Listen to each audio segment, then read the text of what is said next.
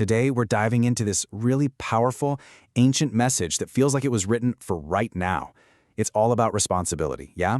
But it's also about redemption, about the incredible power of a second chance.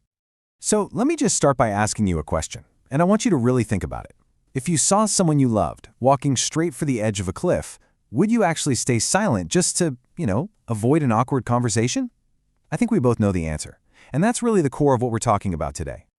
So, this whole idea comes from a figure called a watchman. In the old days, this person's job was to stand on the city walls and just watch. Their entire purpose was to sound the alarm when danger was coming. Think of them like a spiritual security guard. Their job wasn't to fight the battle for you, but to make darn sure you knew a battle was on its way.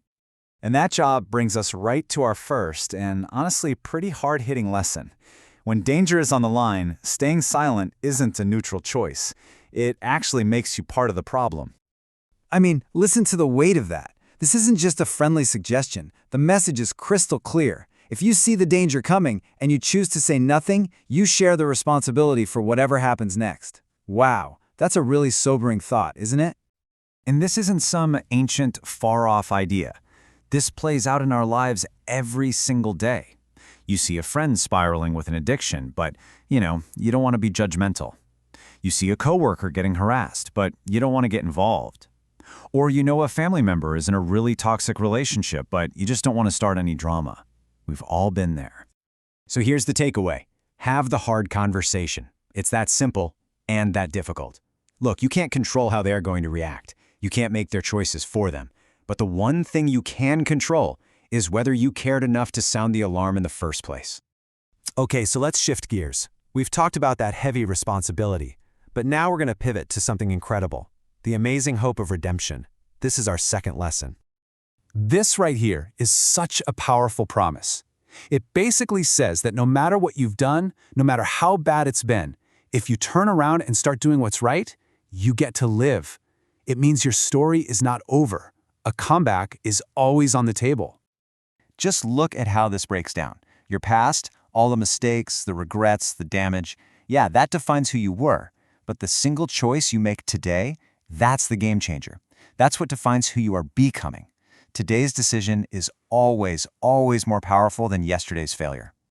So the application is simple and it's direct. Stop letting your past be the reason you're stuck. Your comeback story, your new chapter, it literally starts the second you make one different choice. So what are you waiting for? Make it.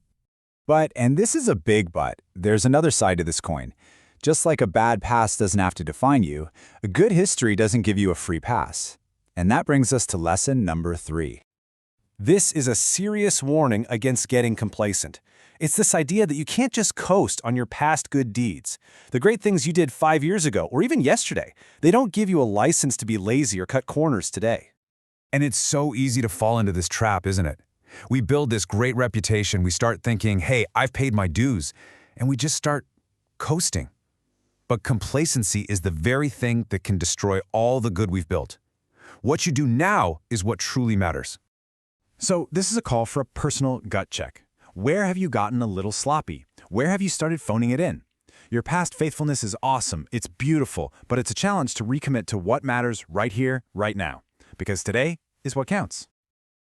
Okay, all of this builds to our fourth lesson, and this one is absolutely crucial for your own well-being. And it's this: you are not their savior. It's all about healthy boundaries and really understanding the limits of your responsibility. And listen to this, because this right here, this is freedom.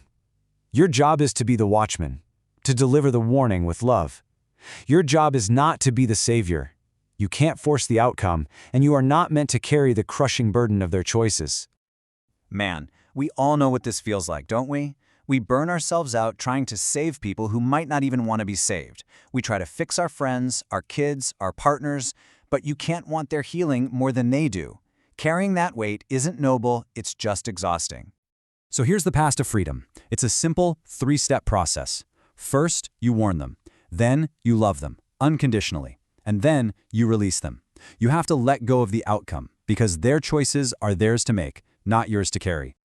Okay, so we've covered a ton of ground here. Responsibility, redemption, release. So what's the bottom line? Let's bring it all together. Here it is, laid out plain and simple. Step 1, speak up. Step 2, know you can always turn around. 3, stay in the fight. 4, release what isn't yours. And 5, never, ever stop believing in the comeback. For you and for them. And that leaves us with one final, really important question to ask yourself. Maybe it's about you, or maybe it's about someone you've given up on. What comeback are you refusing to believe is still possible? Because look, the watchman has sounded the alarm. The past is over. The future is still unwritten. Your next chapter starts right now, with the very next choice you make. So go make it count.